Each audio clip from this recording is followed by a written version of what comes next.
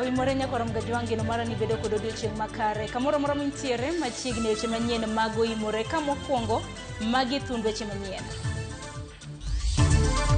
Kona dwano dhie skul ayo atiski kodonje company. Samo ko dhie skul kodonje company mari wuoyi manyiri maricho e wuoyi maricho. Koro ngama nyalo konya thino dhie skul anyalo gone Nyasaye erokamano. Japuonjre moro mar grade 10 pod moko pacho tok riembe skul. Ni omanyige skul kata bed ni piny owacho nolando mondo jopuonjre odonje skul kaka gin. Pesa odako weisa achielo tieno ni dhi tuomo pi. Sani king'iyo kata miondwa onge ka.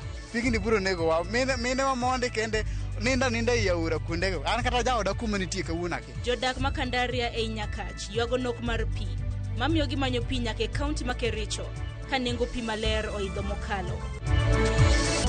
Omiyo nwachaka pedha ni chakre saa 3 motieno mwadhi nyaka saa 10 motieno kwa manyo jogi to wakia kaka jok moko no information mamoko ring. Mondwa imayo, vijende imayo ji gik moko. Jodak kod johala masuna Oruba tima pedha ni jokuoge mosebedo kamayogi ka giywaga rita monjawre e boma ma Migori.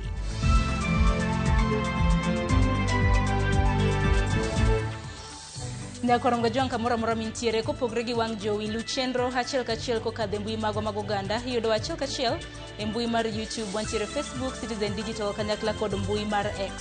Machiegni weche gi yonero ma adimba nyinga Sharon Ongao. Antiere kagi Belinda Phillips makonyo e loko wach machiegni.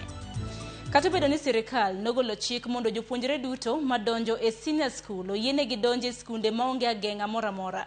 Moko kuom jopuonj pod medo umo igi piny ni nyaka jopuonjre nyiew mwandu duto mag somo gi uniform kapok gidonjo. Reporter marwa Simfros Okinda nolimo achiel kuom jopuonjre manyaka sani chano mar mondo mi riembe e sikul kendo okolono lipot makama. E kar dak ma ji yuto gi nie piny Dandora mantiere kaunti ma Nairobi. Millicent odake ode ni kod nyikwaya 4 kaachiel kod nyithi owadgi 2 ma jonyuol gi notho. Pek man gi moyo Millicent kaluwore ni otuore kendo onge kod tich malongo manyalo konye rito joge. Dina 4 gin nyikwaya. Min gino donjo kongo masa moro anya katiyo dweche 3 kapok anene. Hawe nyanya ni entie. To be kidhi yude kala kuma entie dit manya kata mana tho. Okadwa kata neno kubetie yudo ko medo onge kata gi pesa. To nyithindo 2 gin nyithi kich. Gin nyithi wadwa no chinga no kuongo tho gi HIV. Basta duogo chako doko tho kendo be. Koro be no mana nyithindo ko kanyo. Family marwa non mana ji 2 kende. Koro nyaminwa matino kod jaka nyithindo go. Koro an mchuno nyaka bed animal family nyaka bed gi nyithindo go. Odni asadake dweche 2 nyathina maja wheelchair mani shida mar spano baby viram no riemba ot mana dake kariyo bange nikech nan gi goyo mang'eny mawuon go no riemba oko. Koro joma ne okawo nyathino mama ne kitero nyathino skul ne chuno ne kela ka gola kariyo bange makiela ka makichuno na oni dweche 2 chuno oni November gi December kende nyathino nyosho se skul jo town Mathika. Koro nyathino ne se skul ko sani gionge shughuli koda ningiwacho na ningi konyo ng'ato dichiel kende kende chuno na ot dichiel. Koro konyo mang'eny miya sani yonge. Ratek kamano osethembo kendo puonjo nyakware maduong' ma jahigni 16 makoro nego donje skul mar senior. To no kosomo maber miyo no koyudo max maber kendo dhiga skul kata diriye week Monday nyaka Wednesday ne diriye meno sobo kama na saboro Thursday gi Friday. Koro no yudo max matin lakini max ko at least no luongo go skul ne yudo max 36 e max no yudo lakini no kosomo ndino somo maber no yudo max kendo no ko nyathi mafuo kino no kosomo no dhi batimo penj momiyo no yudo max 36 kini pad max no luongo go skul. Kado bedo ni sirikal nogolo chik mondo jopuonjre duto dhi sikul kata maonge uniform kaachiel gi fee, Millicent lero ni notame rwako nyathi e skul. Jopuonjo kudwa ng'eyo jopuonjo dwa ni mondo chulu school fees nyathi donjo skul wach mane ni president no wacho na mano kidhigo skul iriembi kata watchman ok yie do ikale gate. Ana study school kan manigi 100 things kende. Koro kila 100 man dia timo downloading make gik midwaro school kinga no miya gik mondo na nyiewo na duoga ot keje 100 pesa manantiere ko kende. Magi makoro keto luore chuny Millicent ni nyakwara ni nyalo balo kaluore ni alwora magidakie ok ber. Mlaki minno kethre ko tin kata moinge min gino kethre ka jegna 14. Kora dwano dhie skul ayo atiski ko donje company. Samo ko dhie skul ko donje company mar wuoyi manyiri maricho ya wuoyi maricho. Koro ngama nyalo konya thino dhie skul anyalo gone Nyasaye erokamano. Odhie skul bede osomo at least osodonje class anyalo gone Nyasaye erokamano. Kwa mara nyula ni en mondo Quincy odhi skul mondo chieng' moro nyalo loko ngima magidago sani. Jenga shida saa zingine nasemaje ningekuwa 19 years ningeza fanya kazi ama hata sasa nikipata kazi naweza fanya kufanya. Ndio shosho yangu kwa hii maisha. Shosho yangu anaweza kunipeleka shule na ningependa kusoma kama wenzangu. Watoto wetu wengine wadogo wako shule, saa zingine wanaenda njaa, wanaenda mguu na uniform zao zimeraruka na shosho yangu anaweza kutusaidia. Sasa mimi nilikuwa naomba kama mtoto anaweza tusaidia mimi nisome, watoto wetu pia wasome, shosho yangu akae vizuri na smartini asante. Kalor gi jatend migawo mar somo Julius Ogamba, manatama lario kende mag jopuonjre emanya kasane pok odonjo skunde mag senior. Simfros Okinda, Ramogi TV. Ng'ata chelo wito ngimane kama joma moko 14 yudo thieth e osiptende mopogore tok matatu tuomo gi odhiambo makawuono oko mar skul primar ma Jamhuri mantiere buore Nairobi. Jopuonjgo mana nitiere yiero margi mar kupet. Matatu mana brege ne ochot ne ogweyo achiel kuomgi mowito ngimane kanyo. Joma moko moyudo hinyruok ne oringodo e ute thieth mopogore opogore mano moriwo do thieth maduong' ma Kenyatta National Hospital kaachiel kod mano mar ji giwegi mar Guru Nanak Mpisha.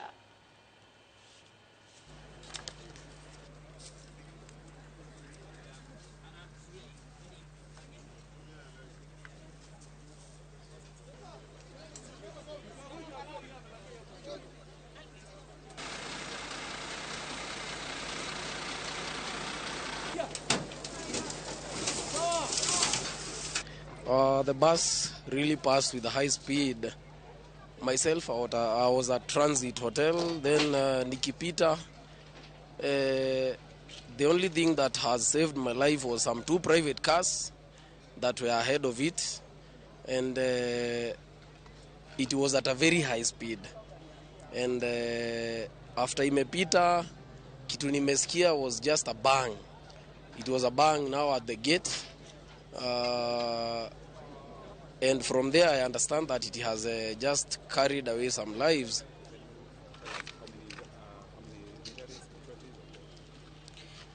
The injured casualties, as I said before, were 8. I mean, in total there were more than 10, but the ones we saved at St. John were 8 in total. So what type of injuries? The type of injuries were contusions, abrasions, bruises in lower extremities and upper extremities. Yeah. On reaching at Jamhuri Primary Gate, where Kupet Nairobi Plunge election was taking place, the said motor vehicle lost control as a result of brake failure and veers off to the left side. As a result, it crashed on roadside guardrails and overturned, killing 1 pedestrian and wounding 14 of them. Dul mar obila NPS oyango ka okang' mar chik ne obila kidienje mopogore opogore mane tipo omako ka monjo kendo chwado jopiny mane tugo tuk pool e gwenge ma Nandi Hills e county ma Nandi. Obila makamago hiseyo ni ne otiyo kod teko mathoth ne jopiny mane omak kod tipo mar wang' dede e kanda mane otimore chieng' tarik 10 mar dwe mar 12 e kar jot moro. Ma e kanda mar wang' dede mane omaki magawa moro e gwenge mag Nandi Hills chieng' tarik 10 mar dwe mar 12 mar higa mokalo. Kanda mane okelo seyo kowuok kuom jopiny mane ochuno mondo duol mochung' ne obila e pacho kae okaw okang' mar timo nonro makende. E kanda ni nyiso chal mar wach mane otimore e otieno mar chieng' Jumapil mar chieng' tarik 10 dwene kar saa 5:51 mar otieno.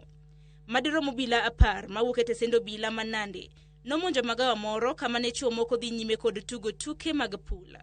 E kanda ni obila nenore ka omanore kod bunde kod rungu kendo monjo chuo matugo pool. E kinde monjno obila iwinjo ka nyisogi mondo gigolo pande mage kendo giler gimomiyo gintiere oko e kinde modeko. Bang'e en chwat ma jogo yudo kapok obila wuok ka weyogi ka ginindo e dier ot. Odiochieng' ma kawuono duol mochung' ne obila e pacho kae oyango nonro mane gisebedo ka gitimo kaluwore kod oteku mathoth mane obilago otiyogo. Kaluwore kod nonro mar kanda mar wang' dede, nonro mane itimo kod bad migawo mar obila marango weche maiye. Nonro makamano opuodhi kod ogai mar obila kendo ndamo mager mar chik dhi kaune kidienje mopogore mag obila. Obila ma idhi kaune gi okang' mager mar chik oriwo OCPD mar obila mano Matinderet, OCS Masongo, OCS Nandi Hills, Jatend stesend obila kidieny mar RDU Masongo Camp, jatend stesend obila kidieny mar GSU Masongo Camp, jatend stesend obila kidieny mar ASTU Masongo Camp. Okang' makama okawne jotend obila makamago mag gwengego kaluwore ni gin ema gichung' ne obila mane seyo kod tiyo gi oteku mathoth.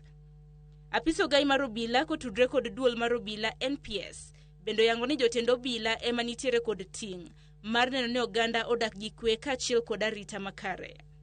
Duol mar obila NPS kata kamano ochwalo ote mar goyo mus ne oganda mane omonj e kinde makamago ka giyango ni chik biro kawo kore.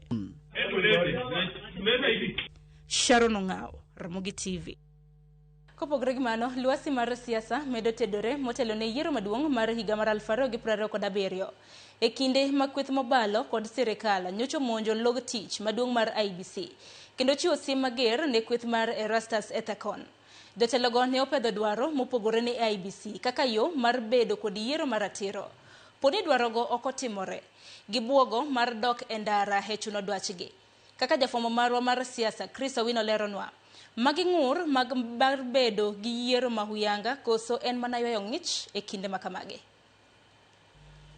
E log tich maduong' mar IBC ma anniversary tower e bore Nairobi, kweth mobalo kod sirikal ne omonjo commissioners mag IBC ewi ikrok margi ne yiero maduong' mabiro.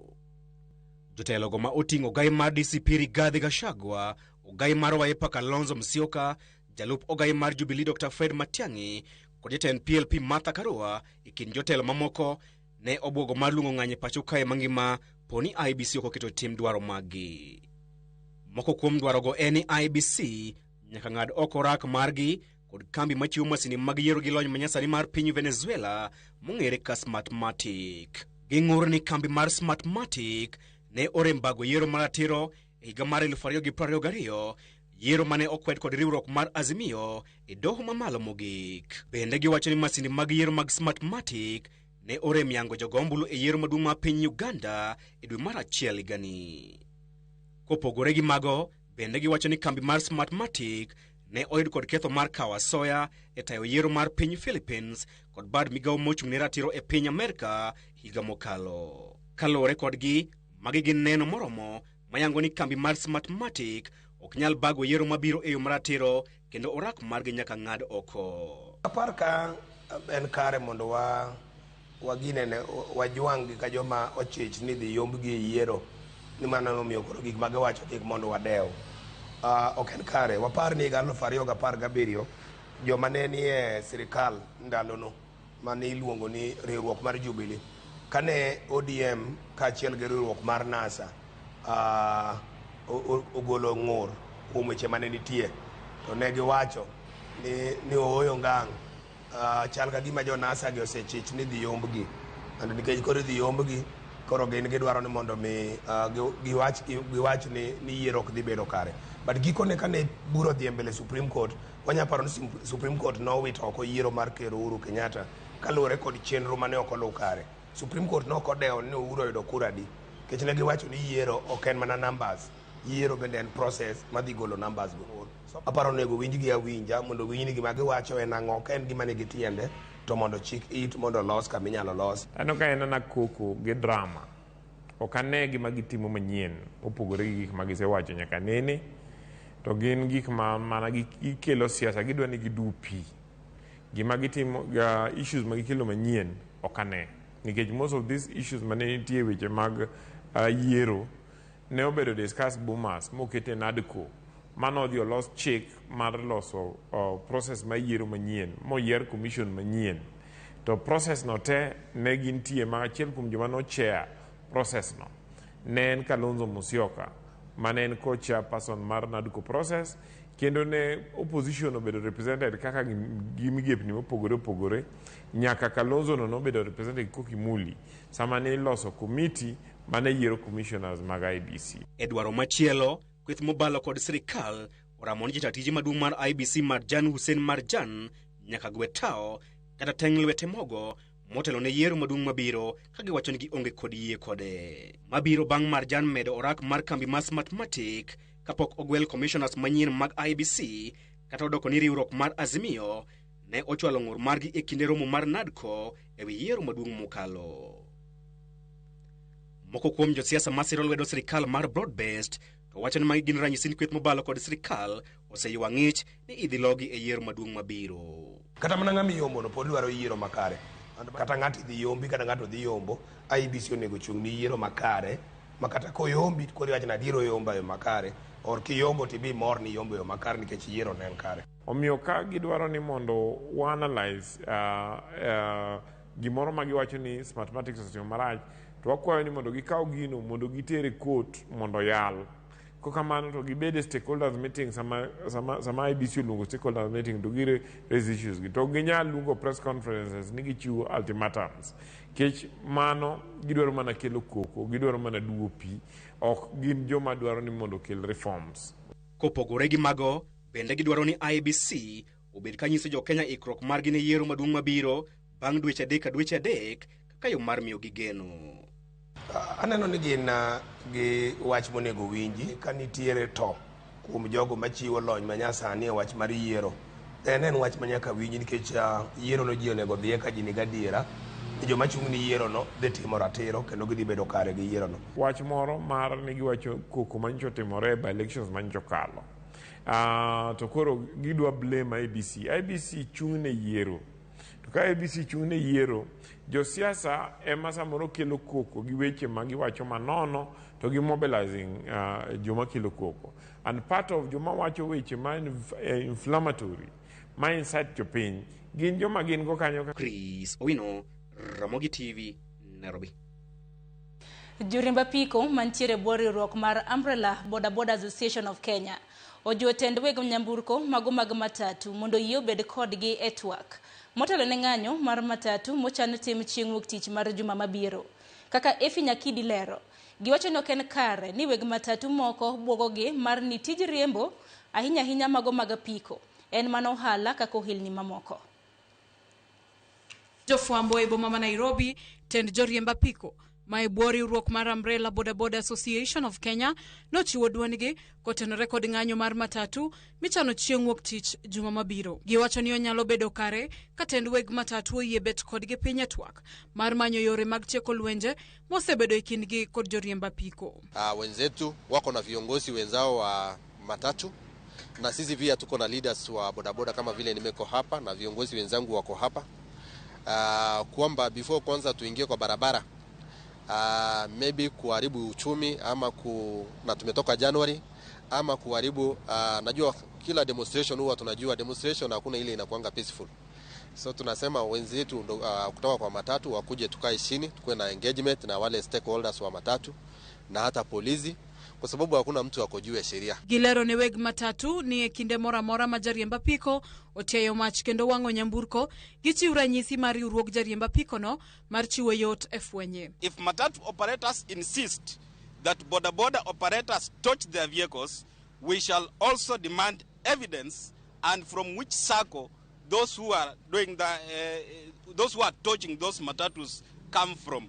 And lastly, we shall also demand the resurrection of boda riders who have been maimed by reckless matatu operators. Sisi tumeimba kutoka kwa ile last administration tukisema kila mtu aingie kwa sako.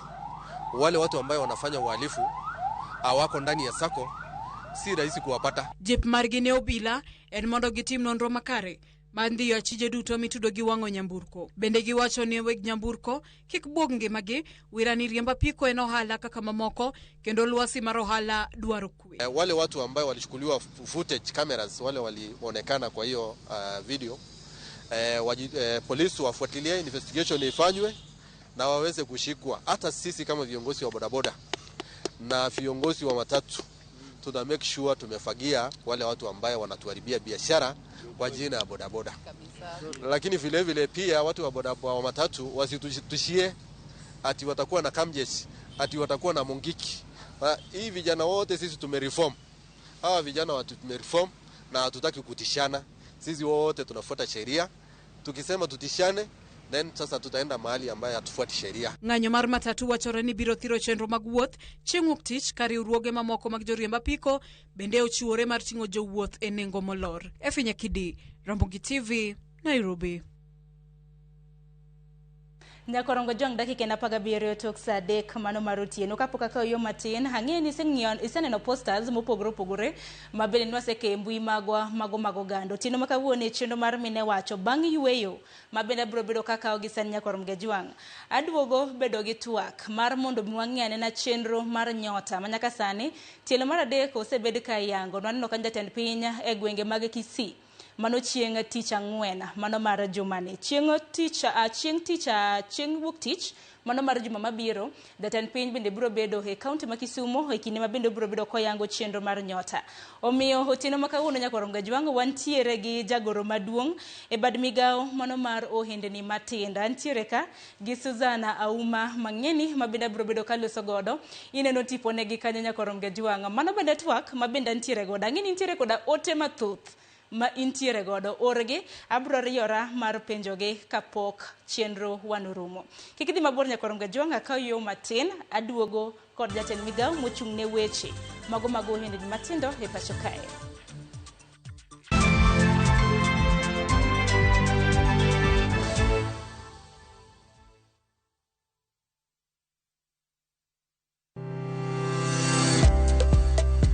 Piny chalo chiro igo enengo ing'iewe to bende iloso e mwandu tich ang'wen ka tich ang'wen juma ka juma are saa 4 mar okinyi nyaka saa 7 mar odiochieng' arwaki e paw ohala itime nade yot mage mantiere to maling'ling mage mantiere kidwa chako ohala ichako king'eyo gimomiyo ichake gi gimomiyo idwani time magi gin penjo Nyakorongo jwang' madwaro duoko to ka emwa biro duoko gie siwinde mar ohala kod an Lydia Okeyo Kikbai.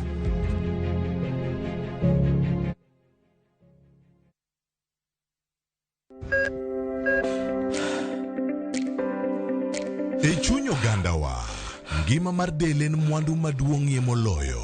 Mondo tekruok mar dende obed maber ok gin ga gik matek gina gik maluongo ni lifestyle manyiso ga jotuo ni gigi ok gin gik minyiewo gin na gik mitimo. We bedo gi kiawa kendo chak bedo gi ng'eyo. Nachako chemotherapy. Side effects nen yier wi nyaka lwar, constipation, chandi seriously. Warwaki e penj laktar ma en tudruok gi lakteche molony. Isami dhir jahocho cha nyaka ibed ni iseng'eyo ni mae shida ma an godo to adwa kony. Chakre weche thieth kod chiemo mar mine mayach nyaka e weche thieth mag tuoche masiko. Wakelo od thieth e od dak. Tuo mar rheumatic heart disease ni landore sana e gwenge ma poverty nitiere. Riwri gi Ruth Otieno wuok tich nyaka tich abich saa 12 odhiambo.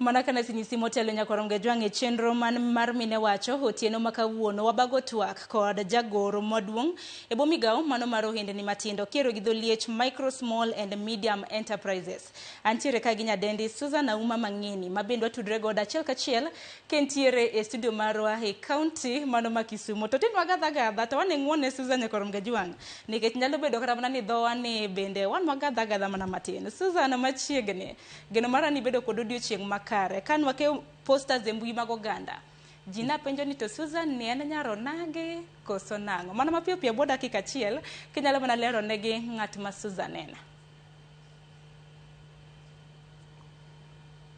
Okay. Susan, hello, just Sharon. Awinji. Yeah. Yes. Sharon erokamano. But allow me to speak in English. It's okay.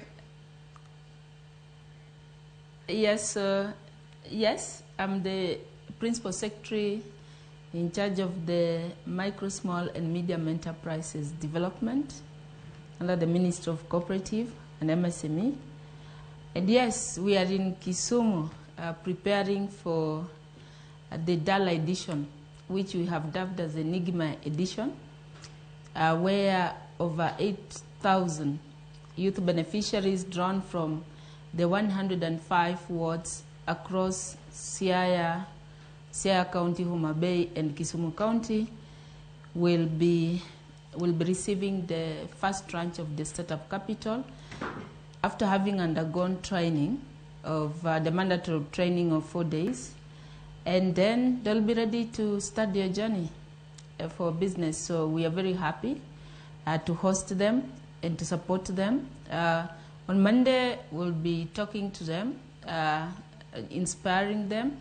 It will be very high-level mentorship session with His Excellency the President. As we know, he's also a business person who rose from humble beginning. So it will be a good session with our young people as they prepare to take off. So we're here in Dala, and we know this is going to be big, and it will be bigger probably than what we have experienced so far across the country. Thank you so much, Susan. I know people are really waiting for the phase 3 launch of Nyota Fund in Kisumu, where you'll be covering Kisumu, Homa Bay, and Siaya. But again, what is it all about Nyota? What is Nyota?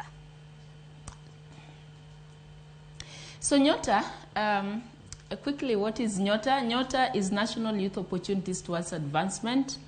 It's a job creation pipeline that has got 2 pathways. So the first pathway is skilling and retooling of our young people, aligning their skills to the job market. And there we have 2 tracks. The first track is recognition of prior learning. Here we target to benefit at least 20,000 young people who have got existing either talents or skills that probably they could have acquired them in the environment in which they reside in. And with this, I mean you meet, let's say, a carpenter, a young person who is very good in carpentry works because of just supporting or having existed in an environment where either one parent or even a relative was in that kind of sector. So with time, participated with it. Now he has skills. But what stands in between him and a competitive position outside there is the papers. So what we do, we assess the skills through the support of NITA and our TVET, and then we satisfy the existing skills so then they can compete well in the job market. That one we target to support 20,000 young people across the country. Already there is an assessment going on in most of the TVET centers. So I want to encourage young people, especially from this cluster, from this region, Luo Nyanza, who probably had applied for RPL, that they need to visit the TVETs and the various NITA centers where the assessment is going on. Then the second track under the skilling, which aims at enhancing employability of our young people, is on job experience. And we rolled out yesterday a second application window. And today, this is the second day. Again, we target to benefit at least 90,000 young people in all the 1450 wards across the country. Already, application is going on. You just dial *254#. You select Nyota, and you'll be guided up to the point where you're going to select the on-job experience. And there, young people will have to be placed to employment organizations, for example, businesses, industries, and where for a period of one year, they'll gain skills, they'll gain experience and exposure and networks that will enable them become more competitive, either being absorbed in the same organization or maybe later also starting their own business, as well as also looking for jobs outside that supportive employer organization. So applications are going on, and it's open for 2 weeks up to the 14th of next month. That will be Valentine's Day. So we want just to remind our young people, if you haven't applied and you are not a beneficiary of business support, kindly run to your phone. It's zero rated. You don't need any airtime. You just need to charge your phone and then just dial *254 hash and follow the instruction. Then the second pathway is where we are, expanding youth employment opportunities through business. And this is the program that you've been seeing us go around the country. Of course, we have trained these young people. We are targeting to benefit at least over 100,000 young people across the country, a minimum of 70 in each and every ward, and of course a maximum of 84. So we have so far trained these young people, and now we are disbursing for them the 50% of their setup capital, which is 25,000. 3,000 is going for their savings. 22,000 is what they will go back home with, and it's being disbursed through their Pochi la Biashara. So then they can start putting the plans. When they were undergoing the training, they were coming up with the business plans. And now what they're waiting for is just startup capital to boost them so that then they can start off. From there, they're going to go for a mentorship period of 2 months, then come back for a classroom training of 3 days, where now they get linked up to businesses, to market, to enhanced financing, and even enhanced capacity building. And then after that, we disburse to them the final tranche of 25,000, and they go again to the second session of mentorship for 2 months. So we are going to work with these young people for a period of 6 months to make sure that they settle properly into businesses. And then thereafter now we can bring them into the ecosystem and link them up to existing initiatives. Like, for example, in our ministry, we have so much happening. We have Weche Fund, we have Women Enterprise Fund in the MSME sector, we have Youth Enterprise Fund. And by the time now they are to grow the catalytic fund support, they'll be much more competitive to go outside there and even access credit to the tune of millions to do businesses that can enable them thrive and become our next generation of industrialists in this country. Okay, Susan, I can see several questions across our socials. First, people like to know how to apply for Nyota, who gets considered, is the money refundable? And lastly, how do you know if you are to be selected for the Nyota Fund? So first of all, thank you, Sharon, but what they are calling Nyota Fund, already application window is closed for business support. So we opened up application for this particular component last year in March. That was the first round of application. And then also around August there, we reopened the window for the second window. And so we already have pre-selected. Actually, we already have selected the beneficiaries. It was through a digital platform. You did not require any reference. You just needed, like I say, to dial *254 hash. There you will get the 3 components. You'll get the business support. If you are going for skilling, you'll get the RPL there. You'll get the OJE, which is currently ongoing. And then very soon we are going to roll out the 4th component, which is training on how to access market, especially the government procurement opportunities, the AGPO, where we are targeting to support at least 600,000 existing youth entrepreneurs, but we'll be rolling out that call very soon. And again, it will still be through the same platform, *254 hash, the Hustler Fund platform. So the eligibility in terms of age, we are targeting young people between 18 years to 29 years and up to 35 years for those who have challenges, those with disabilities. And then also in terms of education, qualification, you should not have gone beyond Form 4 level of education. You do not need any qualification. Either you never went to school, you dropped out for some reason here and there, but your top qualification should be a maximum of Form 4 certificate. And then we also big on gender. We are looking at, we need 50-50 in terms of gender parity. We also emphasizing on 5% representation, being persons with disability.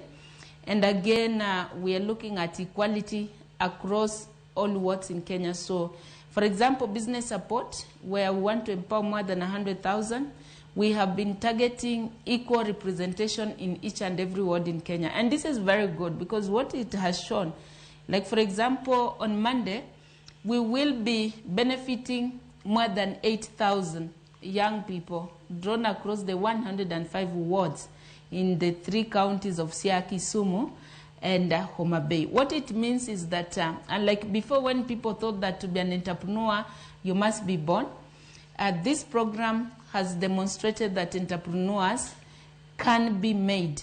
And indeed, there is no corner of this country where we don't have a potential in entrepreneurship.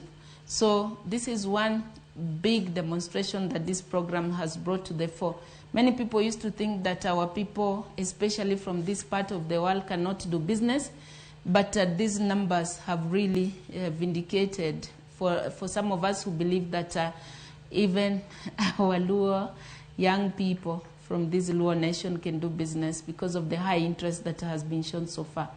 So those are the basic qualifications. And of course, you must show interest, you must demonstrate highest level of dedication and discipline to be able to thrive in business. And this so far we have seen, having interacted with these young people from the when they started applying up to the time when they did the entrepreneurship aptitude test, and then of course during the training. The discipline is there, the dedication is there, and therefore we believe that we have a community of young entrepreneurs that are going to help grow this region. And then apart from that, in terms of the 50,000 grants to the 100,000 entrepreneurs, I don't know which type of entrepreneurs will get the 50,000 grants from the Nyota Fund. So, like I said, we have 4 components under the Nyota program.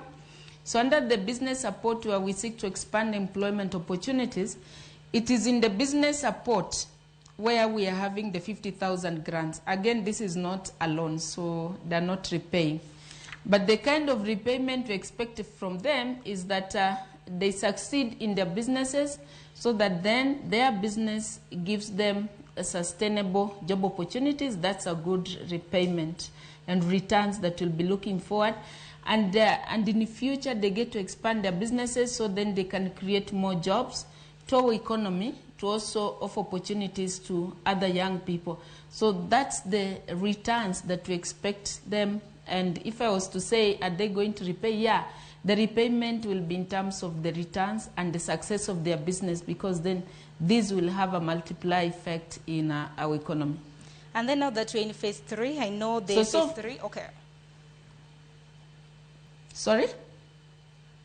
You're saying? I'm saying now that we're in phase 3, the phase 3 launch is ongoing. Yeah. I don't know how many entrepreneurs have benefited from the Nyota project so far, and what's the target for these phase 3?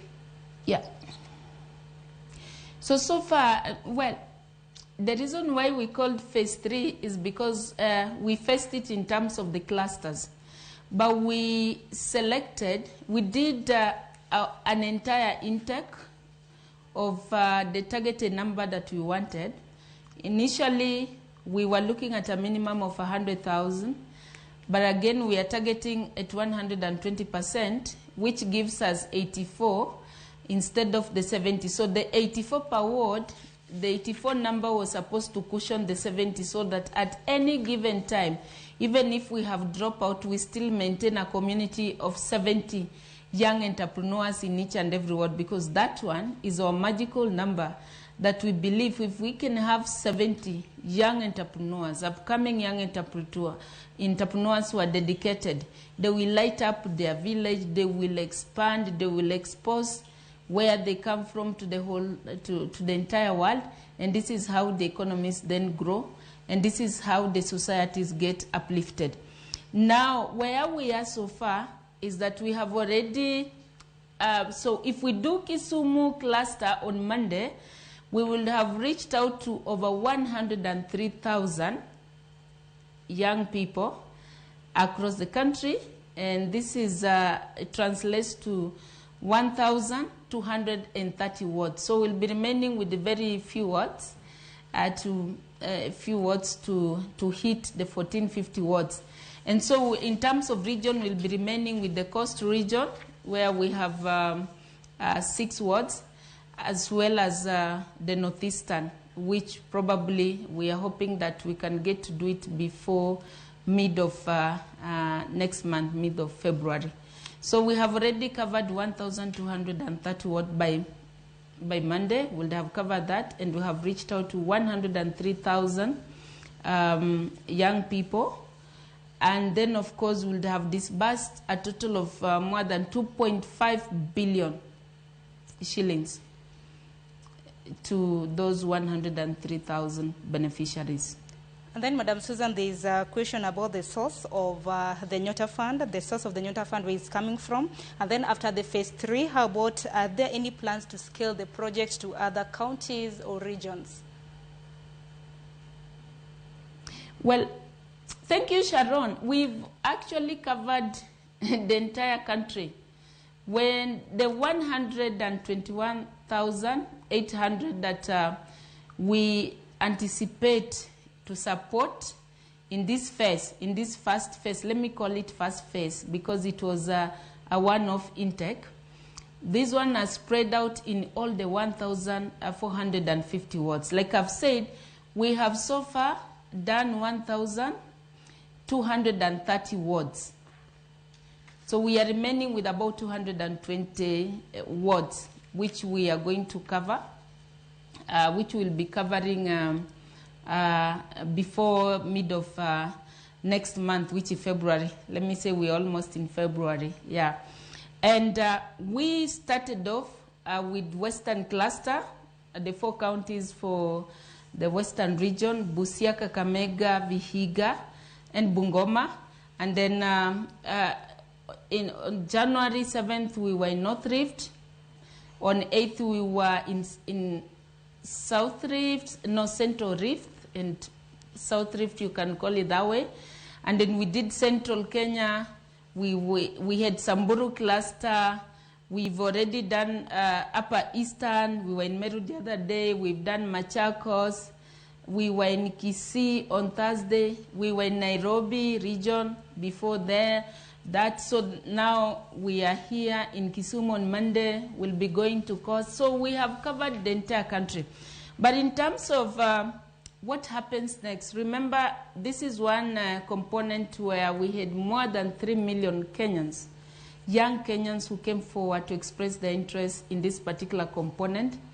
But we are only looking at selecting about 100,000, which it was just a drop in the ocean.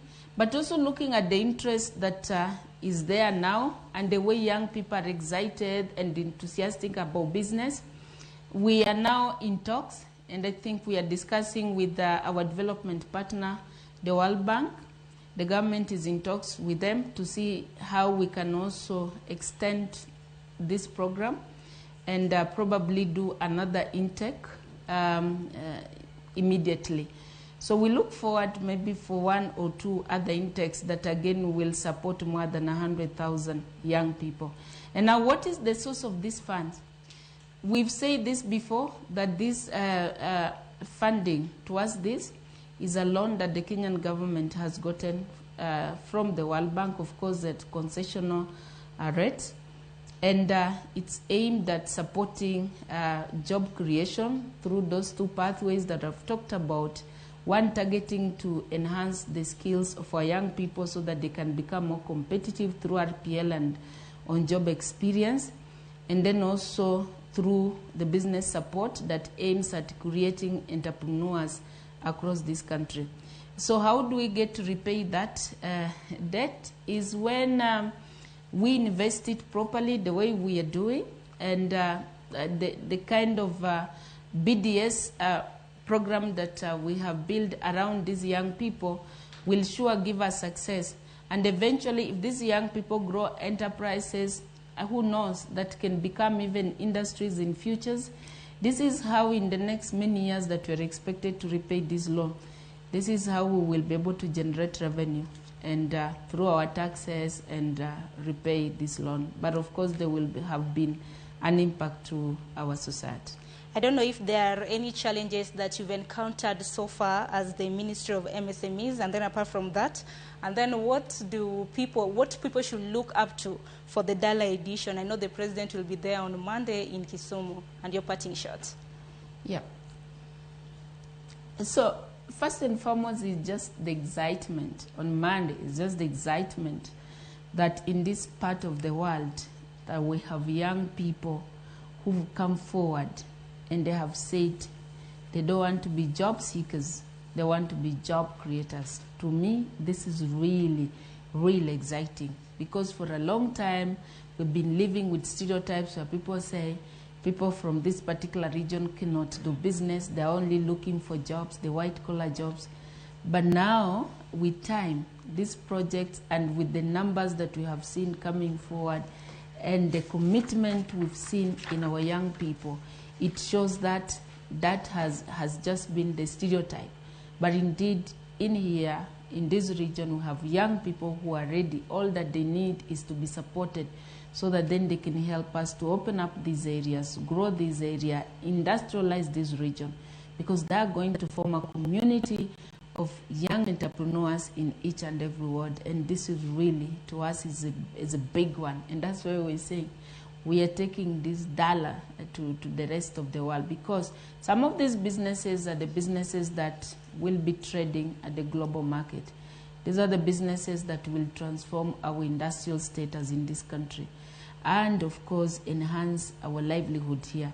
So it's a good thing. It's very much exciting that we have a community of over 8,000 young people who are daring to become job creators.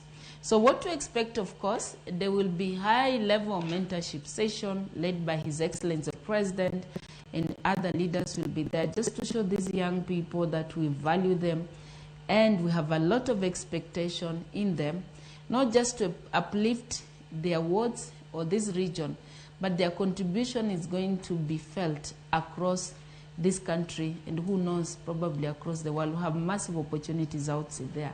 So it's big. You've already seen the excitement across the country. I mean, every region has brought out its best, and people are saying, we just need to be handheld, we just need support. So we expect it to take it higher, and that's why we have dubbed this. It's not just Dala, but it's an Enigma edition. Thank you so much, Madam Susan. That's all we had for tonight, and thank you very much for according us your time. Thank you. Thank you. Erokamano. Mana kumanya korom gajuang, mano kanyo jagoro maduong e bomi gao, mano mochung ne ohen ni matindo tinde pachoka, kata kiero gidongere micro, small and medium enterprises. Maben nwale sogodo, kotende kod chenro mano mar nyota. Chenro mar nyota nyakorom gajuang eni chenro mana kaka Madam Susan wachokanyo, mabende imiyo pesa omenda norowere mantiere kinde higni 18 nyaka 29. Jogo mantiere kod ang'ol bende kowe chien, ka bende gin bende imiyo gi omenda makamano. Jogo mantiere kod ang'ol chakra higa 18 nyaka 35. Chenro mar nyota dhi nyime e gwenge makaluo. Jatend piny Kenya William Ruto bro bedo e gwenge mag Kisumu chieng' wuok tich. E kaunti ma Kisumu bro bedo ka ango chenro mar nyota, ma bende bro bedo ka dhi ne rowere mantiere Kisumu, Homa Bay, kanyakla kod Siaya. Koko mano dakika ni 46 tok sa 3 mar otieno. Gisani hakayo matinya korom gajuang aduogi weche manyien mamoko ma bende wantiere godo e chenro mar Oimore. Kik dhi mabor.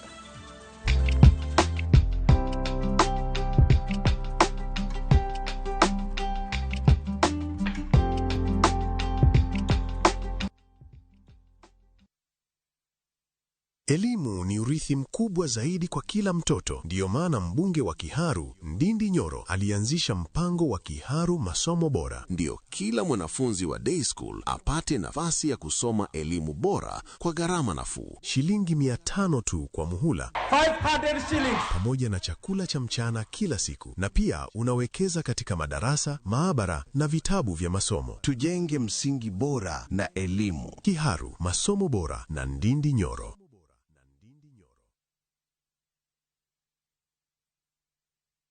Kinde mathoth kwan siasa igoyo gi malo. To mondo duoko yudre, jopiny ema nyaka theg jochung' e debe. Biro bedo nade?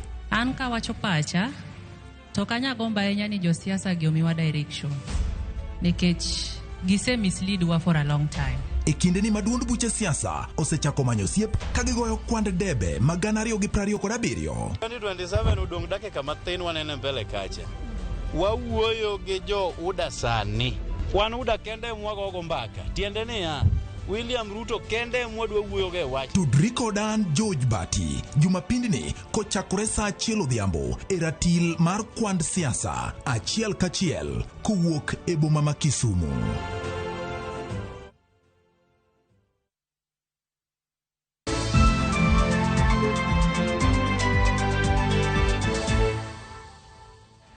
Ne korongo jwang machiegni wadhi nyime gi weche manyien maroimore.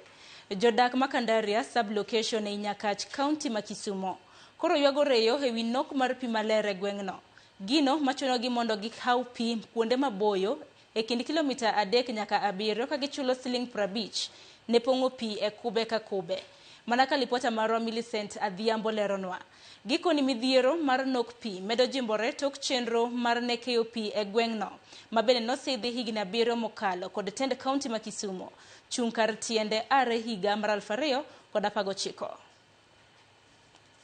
Sa pare udi kwa biro riede pi. Sa par ni ngima wani at risk. Nekech wanyalo romo gi jokuoge piny mar Kandaria ka jokuoge wuotho tieno. To bende miyo nyalo romo gi baba modenyo tieno matimne agwambo. Mae chal mar ngima jodak Manyakach Kandaria odiochieng' ka odiochieng' ka gihaw pi. Picha moko kamine, wuone, nyithindo, koda kadeye, neno malich, bang' keto kubni, kod ndopegi e lai marabora ka girito pi. Laino magikoni gichako loso, kogwen kar saa 9 okinyi, weyo kamoko kuomgi, jony machunygi jogi, mawuok dog pacho mondo kiny gichak kendo.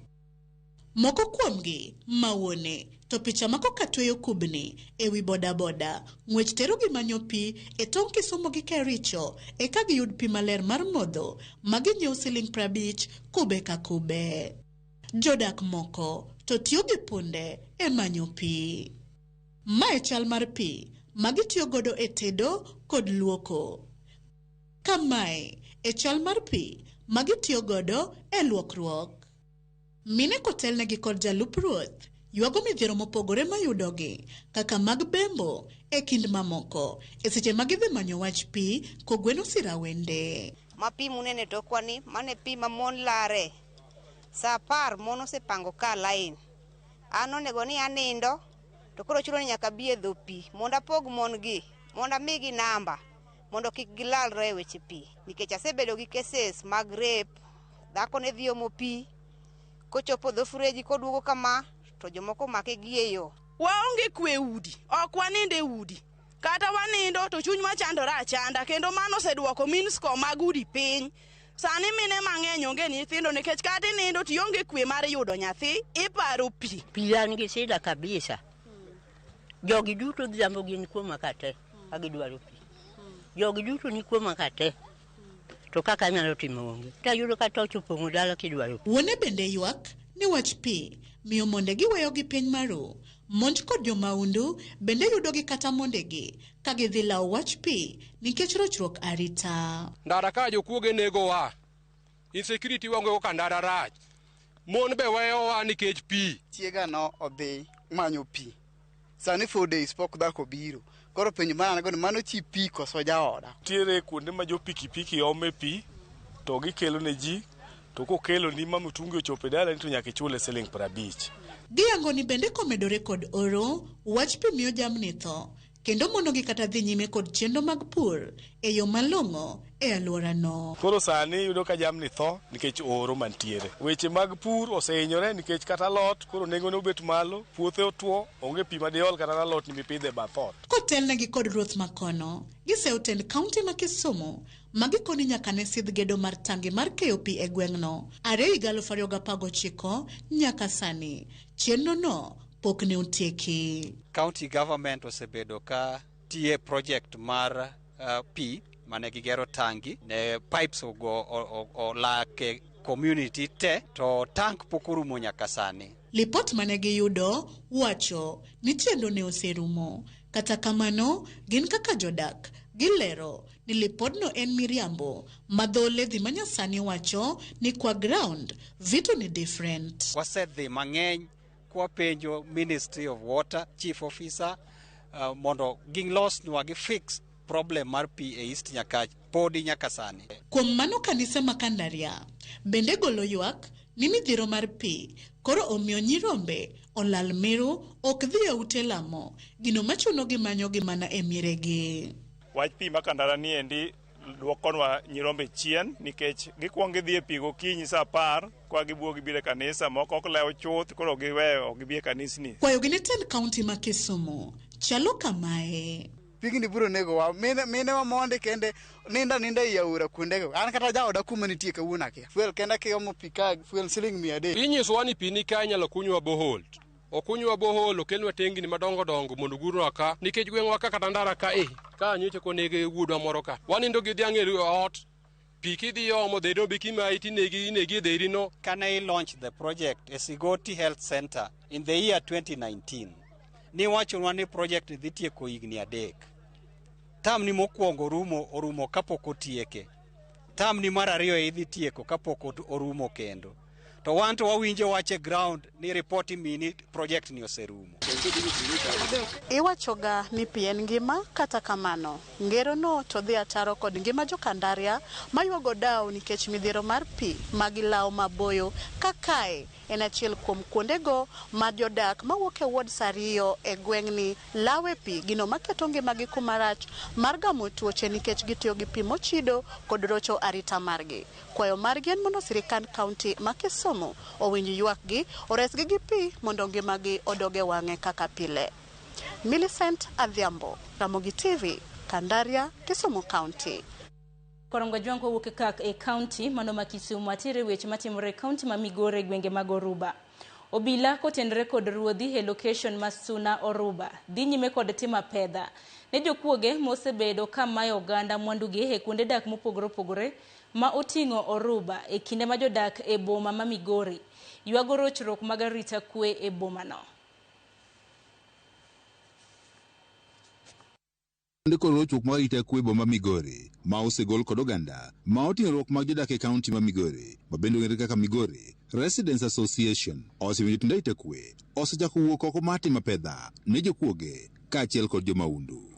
Odiechieng' manyoro mwandu mopogore opogore ne oyudi e kinde apedha mane otim kod jotend arita kwe e kar dakno ma Oruba. Apedha bende ne oweyo ka chi ji 2 ne omaki. Timo operation kane wan gi OCS Telewa, Chief Inspector Moruba gi officers duto Moruba gi community masebedo ka konyowa. Omiyo no mako gik muneno man piny kagi.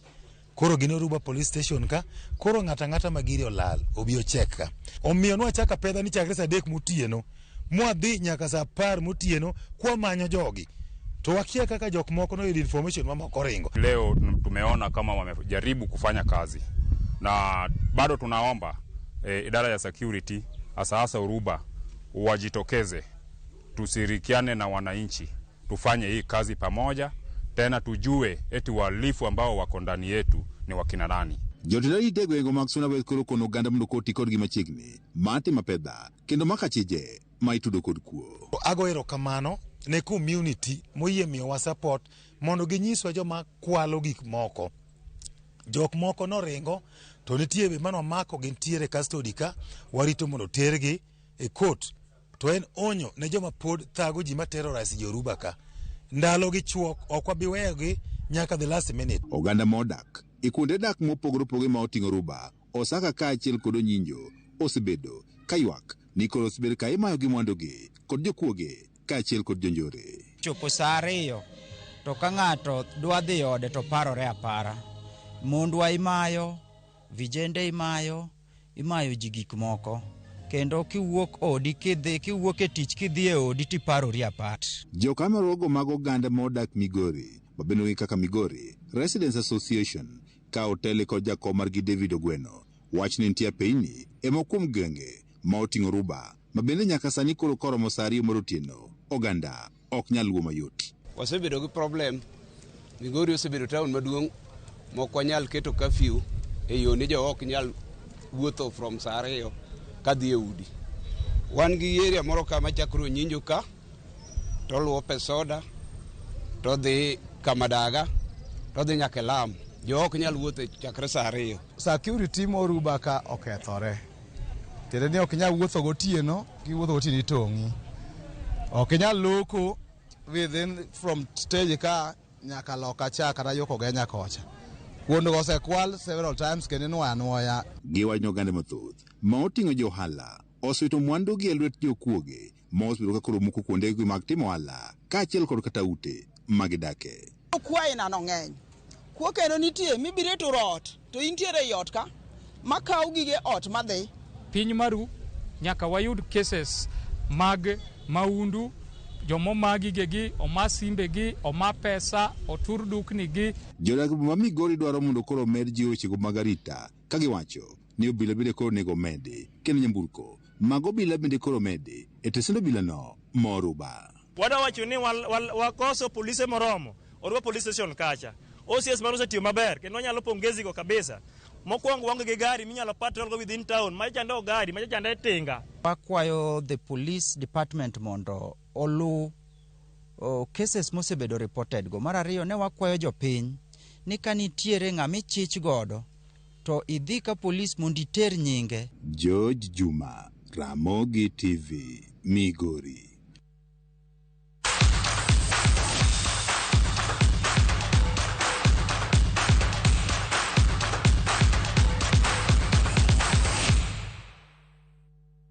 Nyakorongo jwang' tim mar Gor Mahia oloyo Sofapaka gonde 3-0 e tugo mar lig manogo e alap mar tuke manyayo. Gore ma pod omako wiye ruath e lig gi point 40 bang' tuke 18. Gonde mag Gor nologi Frank Odhiambo, Sylvester Owino kod Ebenezer Asifwa. E tuke mamoko manogo duche makawuono Kakamega Homeboys odhiamodhi gi Mara Sugar gonde 3-3. Eka KCB oloyo Mathare United gonde 2-1. Tusker FC bende odhiamodhi gol 1-1 gi Posta Rangers. Jackson Joang Mula inamimina ndani tena, nafasi nyingine Sylvester Owino. Ni siku ya walinzi hii leo, ni mabeki wanafunga za cross. Joang alienda juu kabisa ndani ya kamba zile, kashangiliwa na Sylvester. Sirengo Sharif amemtoka Stephen Boni Ronaldo. Sharif itakuwa ni nini? Ni mkwaju wa penalty. Ebenezer 3-0 kwa Kogalo. Well, I think we were tactically very sound. We played today's game at ease. All the things that we wanted to do, we did it in the first half. We were a bit superior than the opponent. What was not too good is what we did in the second half. We created a lot of chances, and we must be ambitious, in terms of, you've scored 3, it doesn't matter. If you get the next 3, you have to score. That was the only thing, but I think we can only be proud of the boys. Tatizo leo naweza sema wachezaji hawakuweza kujituma vizuri. Ukiangalia kuanzia mchezo uanze mpaka mwisho tumekuwa somehow wazito. Hakukuwa na ile cohesion leo. So niko sure kama next game tutawork on that tukuje poa, but leo kusema kweli leo hatujacheza vizuri. Ndio tumepoteza, but hatujacheza vizuri. Tumecheza vibaya sana leo. Kwanza kama hatuna mpira, tulikuwa hatuwezi fikia wachezaji wa Gor Mahia, alafu pia communication yetu pia katikati ilikuwa imepotea kiasi.